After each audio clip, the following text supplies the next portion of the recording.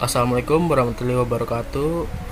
Perkenalkan, nama saya Mas Raffi Aristian dengan NIM 2222476247. Di sini kami akan mempresentasikan buku sistem dasar-dasar desain kompilasi. Compiler. Pengertian compiler. Kompilator atau compiler adalah sebuah program komputer yang berguna untuk menerjemahkan program komputer yang ditulis dalam bahasa pemrograman tertentu, bahasa asal, menjadi program yang ditulis dalam bahasa pemrograman lain, bahasa target. Sebuah program untuk komputer harus dibangun dengan menggabungkan perintah-perintah yang sangat sederhana ini menjadi sebuah program yang disebut bahasa mesin. Karena ini adalah proses yang membosankan dan rawan kesalahan, kebanyakan pemrograman dilakukan menggunakan bahasa tingkat tinggi. Bahasa ini bisa sangat berbeda dari bahasa mesin yang dapat dieksekusi oleh komputer, sehingga diperlukan beberapa cara untuk menjembatani kesenjangan tersebut. Disinilah penyusun masuk. Bab 2, analisis leksikal. Pengertian analisis leksikal. Pengetahuan tentang analisis leksikal. Bahasa Inggris lexical analysis adalah sebuah proses yang mendahului parsing sebuah rangkaian karakter. Ia menerima masukan serangkaian karakter seperti dalam dokumen plain text atau shortcode dan menghasilkan deretan simbol yang masing-masing dinamakan token. Proses parsing akan lebih mudah dilakukan bila inputnya sudah berupa token. Analisis leksikal terdiri dari dua tahap. Tahap pertama adalah pemindaian scanning. Scanner biasanya dibuat berdasarkan prinsip finite state machine. Mesin dengan jumlah keadaan terbatas. Pada tahap ini, scanner akan membaca input karakter ke karakter, mengubah keadaannya sendiri berdasarkan karakter yang tengah dibaca. Setiap kondisi final input dianggap valid akan dicatat bersama dengan lokasi input. Pada akhirnya, scanner akan menemui keadaan penolakan yang tidak akan berubah dengan input karakter apapun. Deteksi rekursi. Semacam ini akan mengakhiri proses pemindaian dan memindahkan keadaan scanner ke keadaan final terakhir, dan karenanya menyimpan informasi jenis dan besar lexem valid yang terpanjang di dalam input. Bab 3, analisis sintaks. Pengertian analisis sintaks dalam dunia pemrograman.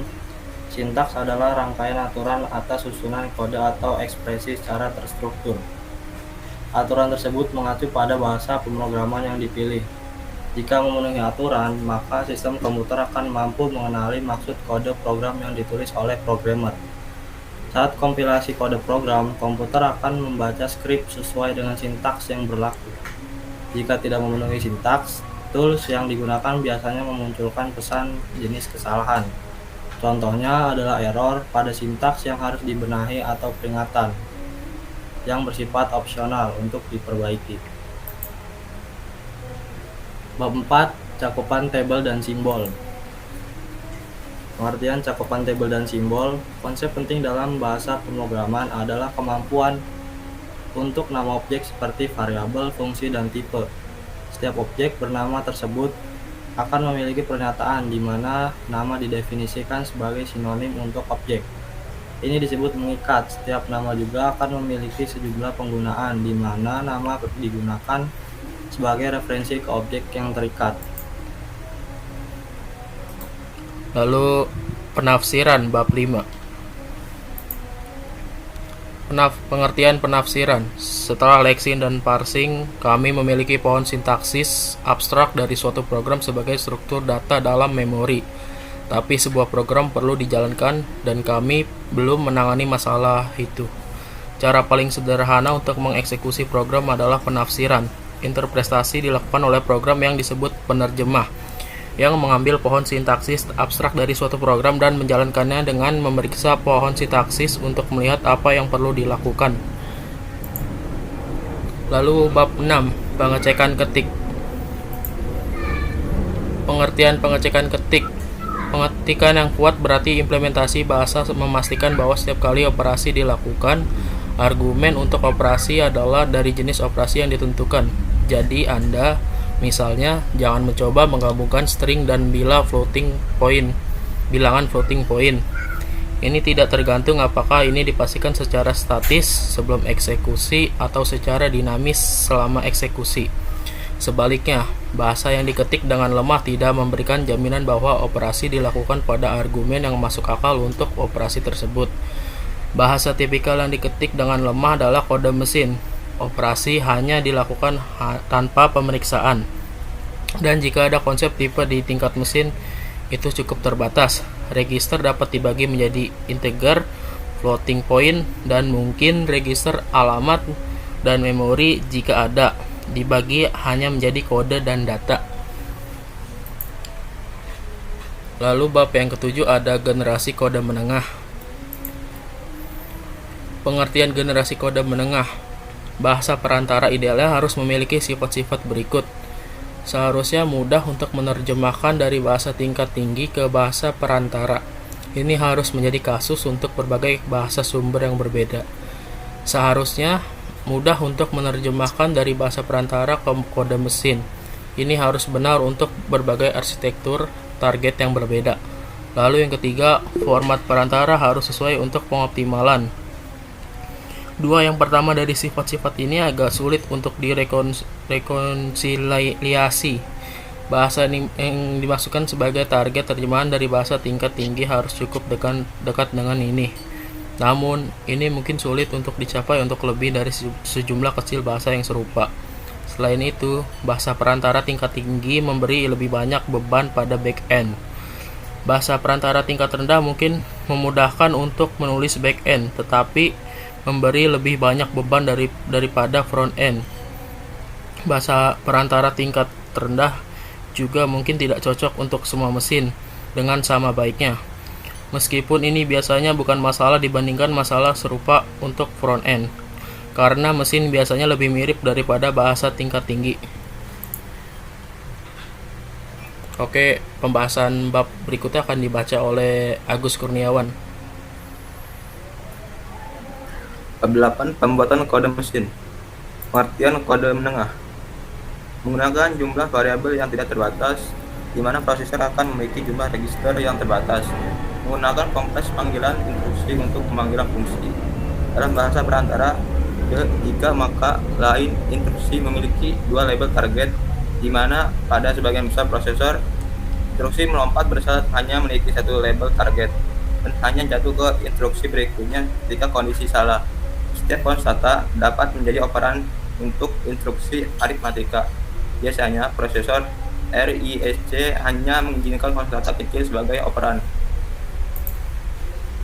Bab 9. Registrasi alokasi.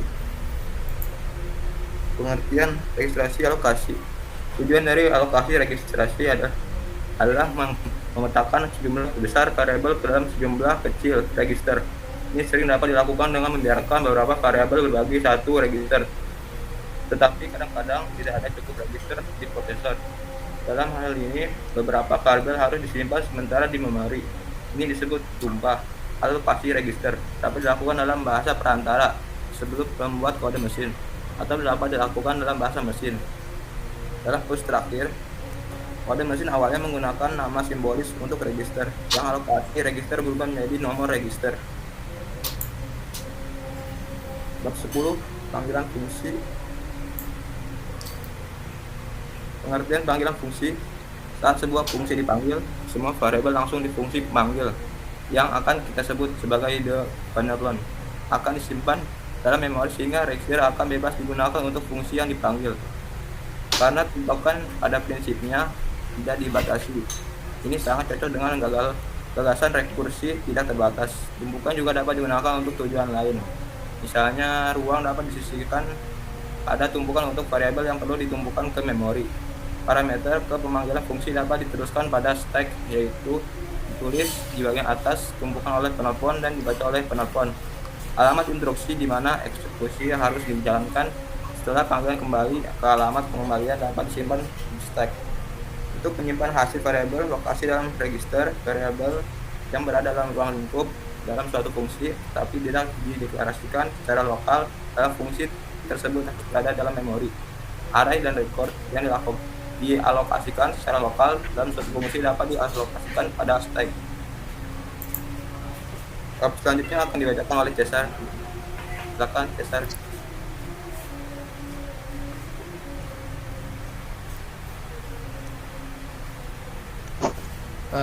Bab 11 analisis dan optimasi. Pengertian analisis dan optimasi membahas analisis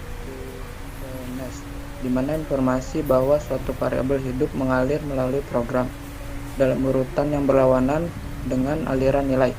Nilai mengalir dari sebuah penugasan ke variabel hingga ke penggunanya, tetapi informasi linear mengalir dari penggunaan variabel kembali ke penugasan variabel tersebut. Oleh karena itu, analisis linear disebut sebagai analisis mundur atau backwards analysis. Pada analisis lain, informasi mengalir dalam urutan yang sama dengan nilai-nilai tersebut. Misalnya, sebuah analisis mungkin mencoba untuk mendekati kumpulan nilai yang mungkin dapat dipegang oleh sebuah variabel, dan di sini aliran secara alami terjadi dari penugasan ke pengguna. Analisis aliran data memiliki berbagai aplikasi, termasuk optimasi kode, deteksi bug, analisis keamanan, dan pemahaman perilaku program. Dengan memahami aliran data dalam program, kita dapat mengidentifikasi peluang untuk mengoptimalkan eksekusi, mengurangi redundan code, dan mendeteksi masalah seperti penggunaan variabel yang tidak terdefinisi atau potensi kebocoran informasi. 12. Manajemen memori.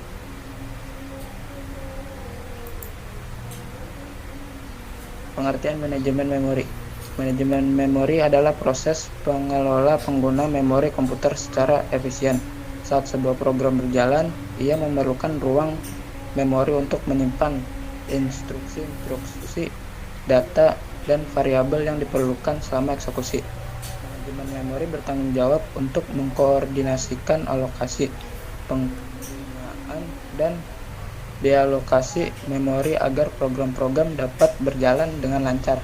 Tujuan utama manajemen memori adalah untuk memaksimalkan pengguna memori secara efisien, meminimalkan fragmentasi memori, dan memastikan setiap proses atau aplikasi memiliki akses ke memori yang diperlukan.